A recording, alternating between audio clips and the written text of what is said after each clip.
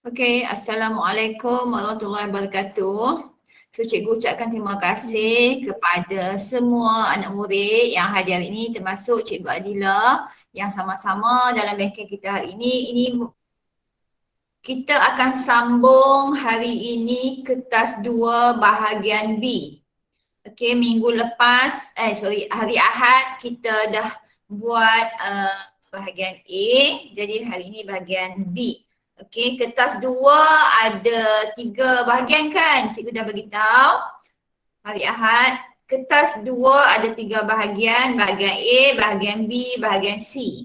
Bahagian A jawab semua, bahagian B jawab semua, bahagian C pilih satu. So hari ini cikgu akan tunjuk bahagian B. Okay, yang ini dia akan tanya dalam bahagian B iaitu 9 markah. Okey. Bab ini adalah bab mudah kalau kamu faham konsep. Okey. Kalau faham konsep dia senang sahaja. Sebab dia hanya ada 4. Okey. Pembesaran, translasi, putaran, pantulan. Tu je. Kau faham bab 4 tu bagi soalan apa pun memang kamu boleh buat. Okay. Jah di bawah menunjukkan 3 sisi 4 A, B, C, D. Okey. A, B, C, D,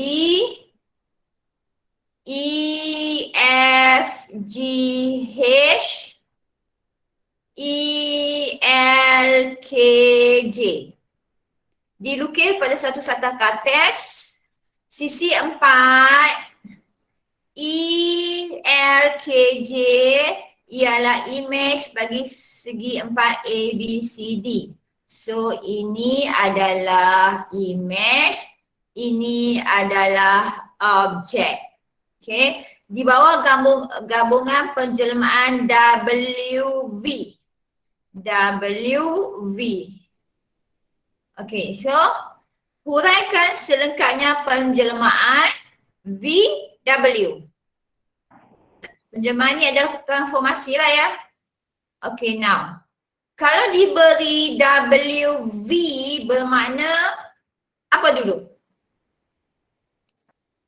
Apa dulu? Apa dulu? V dulu. V dulu. Bagus Lokman. Lokman dulu. Sekarang kita kenal pasti. Awak tengok ya, cikgu susun ni. Ada sebab cikgu susun ni. Ada sebab. Okey, bukan saja-saja cikgu susun macam ni. Dia ada sebab. Bermakna A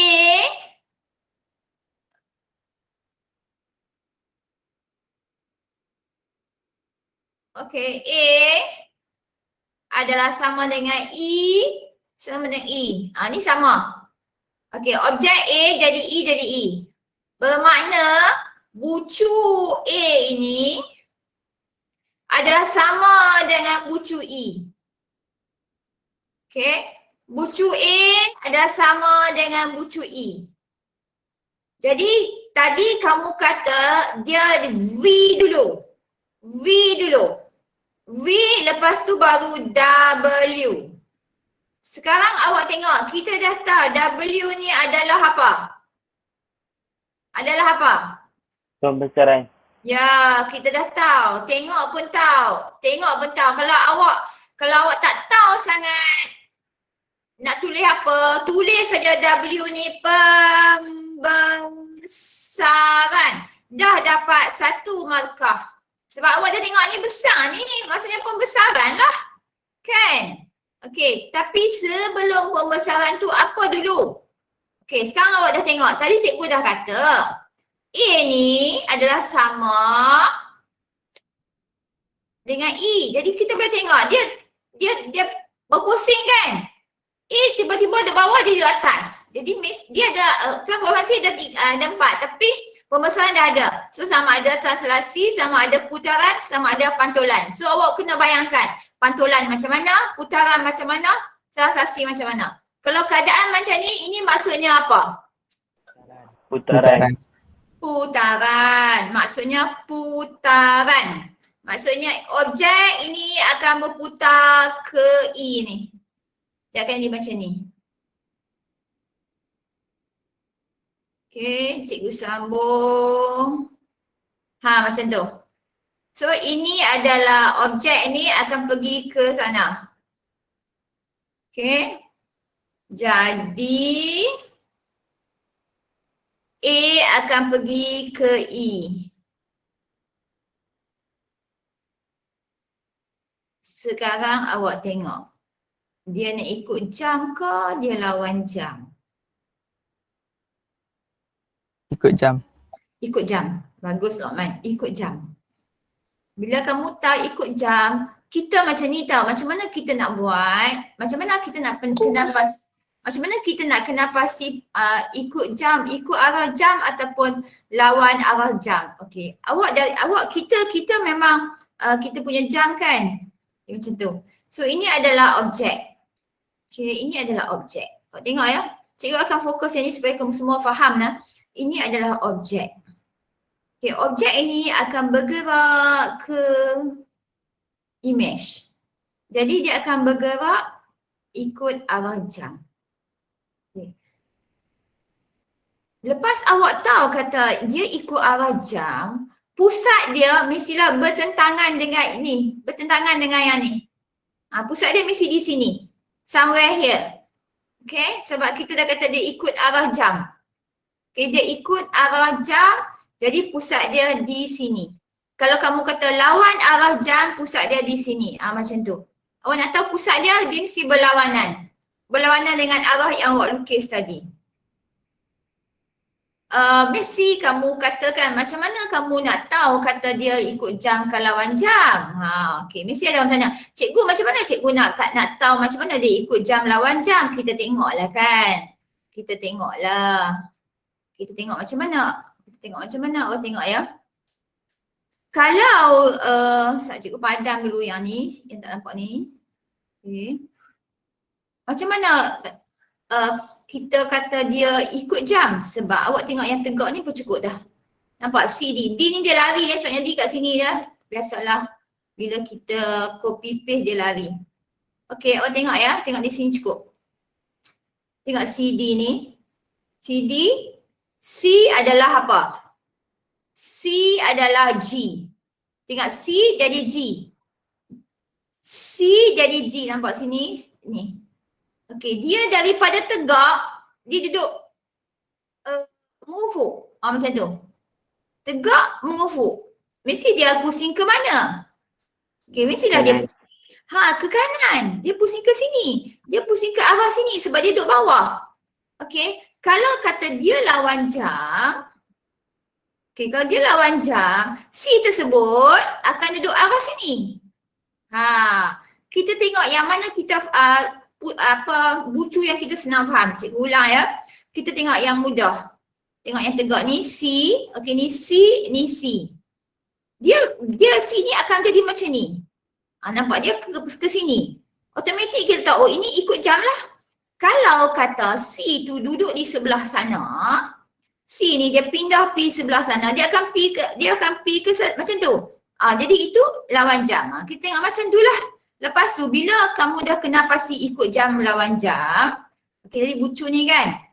Contoh kamu garis, kamu buat macam ni. Okey, dia ikut jam. Bila kamu buat anak panah di sebelah atas, pusat dia duduk di sebelah bawah ni. Macam tu. Jadi pusat di sini. Kalau anak panah, kamu buat di bawah, pusat dia duduk di atas. Yang tu senang. Aku nak kena tahu macam mana kita nak cari sekejap lagi. Okey. So, sekarang cikgu nak tunjuk kamu macam mana nak buat pusat. Okey, nak buat pusat putaran. Nak ambil bucu mana pun tak ada masalah. Nak ambil bucu mana pun tak ada masalah. Okey, so sekarang cikgu ambil bucu yang dekat lah sikit. Ni bucu E ni macam jauh sangat. Cikgu ambil bucu yang dekat ya. Cikgu pilih bucu lain. Cikgu pilih bucu C tadilah. Cikgu pilih bucu C. C dengan G lah. C dengan G. C dengan G. Okey, C dengan G. Okey. C dengan G. Okey, C dengan G. Okey. So kita akan bergerak tau. Kita akan bergerak. Tengok C akan pergi ke G. 1, 2, 3, 4. So dia akan 4. Awak akan dapat 4. Kira pergerakan tu. Pergerakan tu dia sama macam translasi. Dia mesti pergi X, lepas tu pergi Y. Okay, pergerakan putaran yang kita akan buat ni, kita bergerak X, lepas tu Y. Okay, cikgu ulang. Ambil bucu yang awak nak, bucu mana pun tak ada masalah. Cikgu ambil bucu yang dekat ni, cikgu gerak. Nak dengar? 1, 2, 3, 4. So cikgu dapat 4 pergerakan. 4 ni, kalau kita nak cari pusat, kita mesti ambil tengah-tengah. Okay, ambil tengah-tengah. Jadi pusat ni kita bahagi 2. 4 bahagi 2, kita dapat 2. Okay, 2 ni, kita akan bergerak, tengok ya. 2 ni, okay, tengok cikgu bergerak lagi sekali 2 ya. 1, 2. Okay, cikgu stop di sini. Kemudian yang daripada G ni, 1 sahaja. Tak cukup lagi 1. Sebab dia mesti sama-sama. 2 daripada image, 2 daripada objek. Jadi masa cikgu bergerak objek ni, 1, 2, cikgu stop di sini. Nampak cikgu stop di sini? Nampak tak? Cikgu tunjuk stop ni. Nampak tak? Cikgu sangat sikit. Cikgu stop di sini. Okay, nampak kan? Cikgu stop yang kuning ni, cikgu stop di sini. Yang objek ni, 1 ni, lagi tak cukup 1, kita kena sambung di sini. Macam tu. Baru cukup 1, 2. 1 lagi tu sambung dekat objek. Nanti 1, 2. Macam tu, lepas tu sambung lagi 1, hak ni tak cukup. Jadi sinilah pusat putaran. Sinilah pusat putaran kita. Jadi bila awak sambung G mai ke pusat, C mai ke pusat, so awak akan dapat 90 darjah. Jarak dia sama. 1, 2, 3. 1, 2, 3. Okay, faham tak? Ataupun nak cikgu ulang? Faham cikgu. Orang lain? Pusat negatif 2, 2. So awak akan dapat markah, 3 markah. Tak faham, tolong tanya. Asyik Sazani dengan Lokman je duk bercakap. Yang lain tak tahu. Okay. Tinggal soalan ni. Okay, so sekarang kita pergi kepada pembesaran. Pembesaran mudah. Tadi cikgu dah buat dah kan? Cikgu dah buat, nampak ni. Cikgu dah buat titik di sini. Cikgu dah buat di sini. Yang ni. Awak dah tengok di sini. E dengan E sama. So adalah pusat pembesaran dia adalah pada E lah. Kalau ada yang sama, di situlah pusat dia. Jadi pembesaran apa? Pusat E. Pada pusat E. Pada pusat boleh, pada titik pun boleh. Pada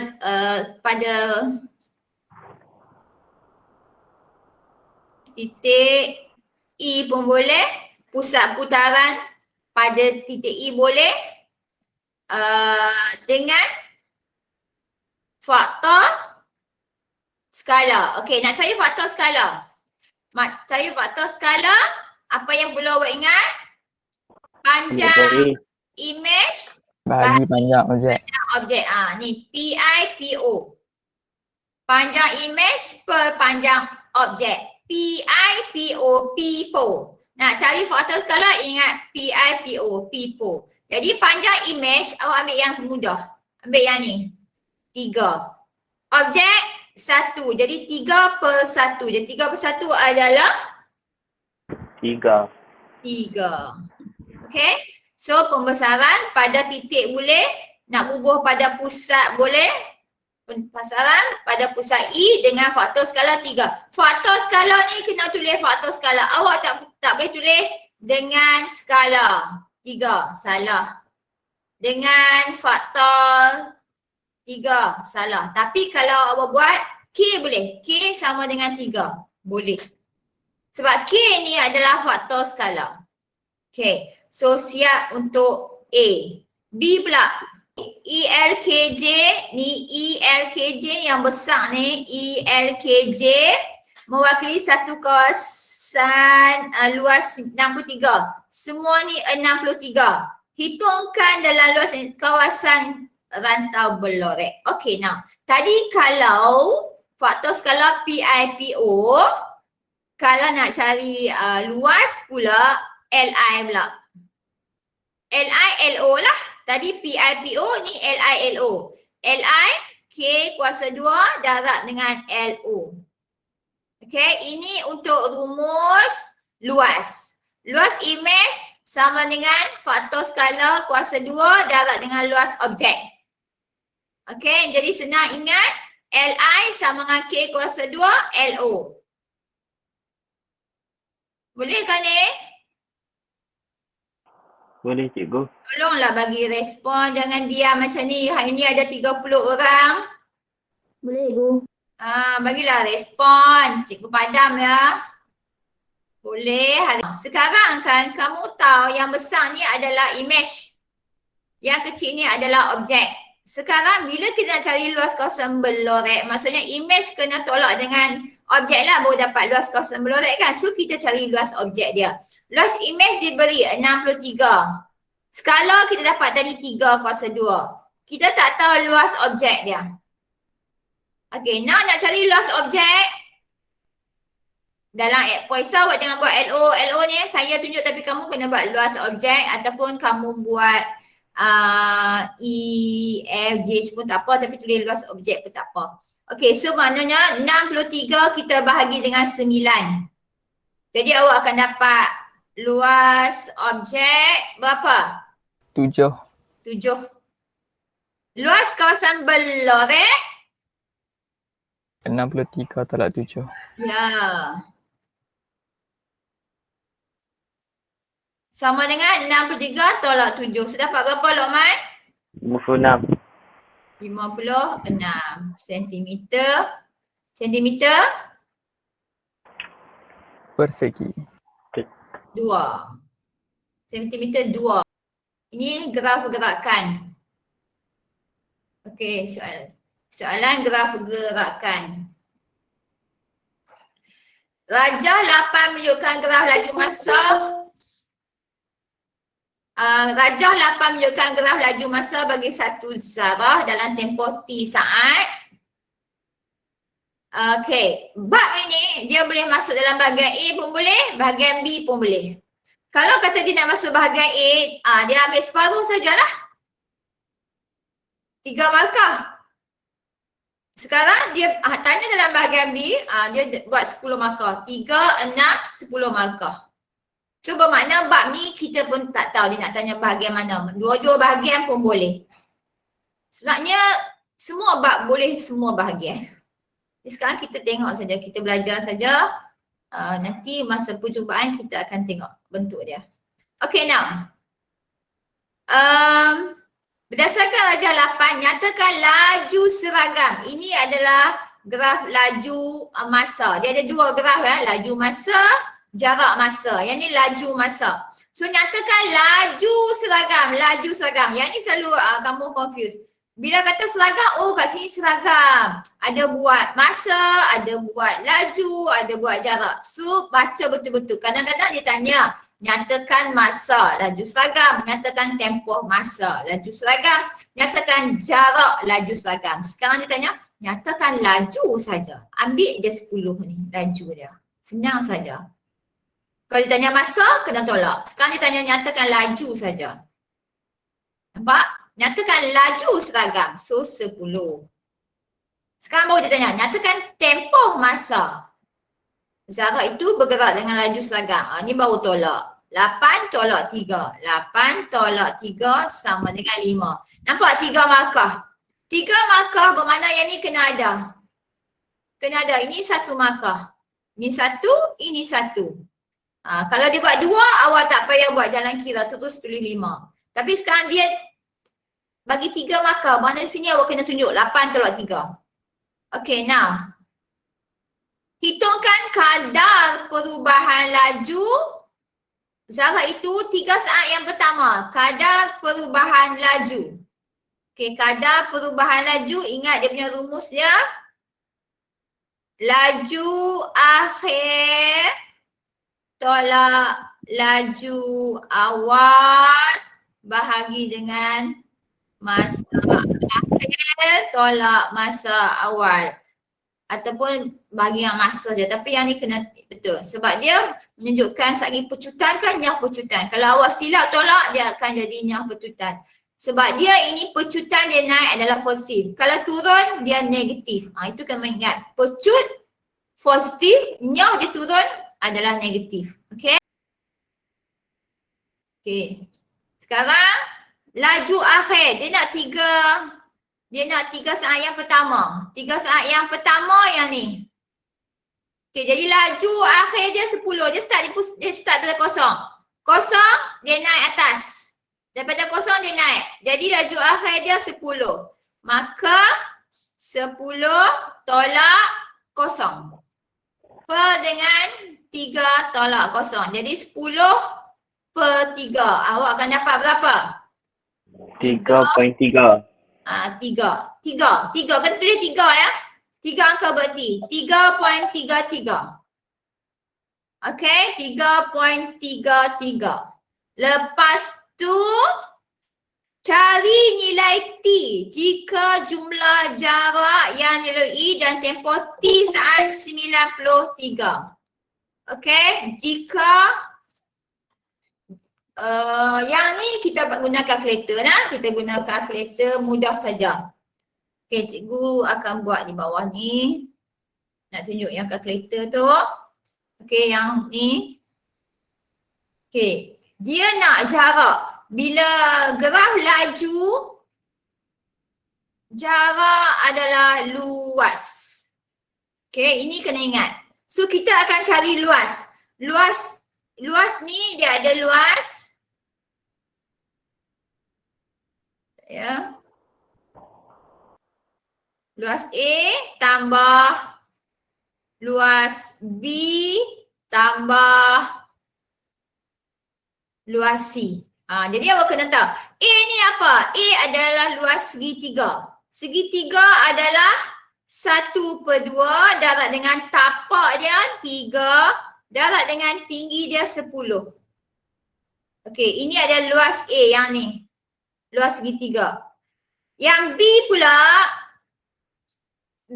pula adalah luas segi 4. Ni yang ni. Jadi panjang darab lebar. So 10 darab dengan 5. Okey, 5 sebab apa? 8 tolak 3. Okey, 8 tolak 3, 5. Tambah dengan, okey, ini adalah trapezium. Tengok trapezium ni. Okey, luas trapezium adalah apa? 1/2 darab A tambah B darab dengan tinggi kan? Ini A dia. A dia 10. B dia, berapa B dia? 18. Okey. So di sini 1/2. Okey, darab dengan apa tambah apa tadi? 10 tambah 18. 10 tambah 18. Darab dengan dia punya tinggi dia berapa? Ni. T tolak 8. T tolak 8. Ya. T tolak 8. Tutup kurungan lagi satu. Sama dengan dia bagi dia berapa? 93. Macam tu. Nampak? Cikgu saja nak highlight yang ni sebab yang ni kita tak payah kira, kita nak guna kalkulator. Okay, now. Ingat lagi tak cara cikgu ajar anda guna kalkulator? Ingat ke tak ingat? Ingat cikgu. Ingat cikgu. Tekan. Dapat apa? Tak payah tunjuk jalan kira. Tekan bracket. Orang yang tak ingat tak payah ikut cikgu. Buka semua on kalkulator. On je kalkulator awak. Okay, on je kalkulator awak. Kemudian bracket. Tekan bracket. Tekan 1/2. Per tu ABC ya. Lepas tu tekan darab. Tekan 3. Tekan darab. Tekan 10. Tutup kurungan. Lepas tu tambah. Lepas tu buka kurungan. 10 darab 5. Tutup kurungan balik. Lepas tu tambah. Lepas tu kurungan 1/2 darab, ni kurungan 10 tambah 18, tutup kurungan. Lepas tu darab, buka balik kurungan. T ni alpha X. Ingat balik cikgu tu sebut banyak kali dah. Alpha X. Lepas tu tolak 8, tutup kurungan. Kurungan ni mesti 2 kali. Nampak yang ni? Tekan macam tu. 2 kali tekan. Kurungan. Lepas tu X ni alpha kalkulit. Lepas tu tekan 93. Nak cari jawapan, shift calculate 2 kali. So dapat jawapan dia. Jawapannya berapa? 10. Ya, 10. Cukup. Macam tu saja. Yang penting yang ni awak tahu susun. Yang ni penting. Betul yang ni tekan kalkulator pun betul, dapat jawapan betul. Huraikan gerakan zarah itu dalam tempoh 8 saat yang pertama. Dia suruh huraikan yang ni. So macam mana awak nak huraikan? Siapa boleh bagi tahu cikgu? Zarah itu, apa tadi saya ni kata? Mengalami pecutan. Kan memecut Sebanyak 3.33 meter sesaat. Lepas tu baru 3 saat yang pertama. Lagi 5 tu. dan seterusnya mengalami laju seragam. Bukan jangan mengalami. Seterusnya bergerak. Okey. Seterusnya bergerak dengan laju seragam. Apa? Pada kelajuan 10 meter Per saat. macam itulah. Sebab bila dia tanya huraikan, awak kena huraikan pecutan 3.33. Huraikan ya, bukan bagi syarah ni. Kena hurai tu kena cerita buat kalangan. Zarah itu tadi saya ni buat mengalami pecutan ataupun zarah itu memecut pun boleh. Dengan kadar 3.33 meter sesaat dan bergerak dengan kelajuan seragam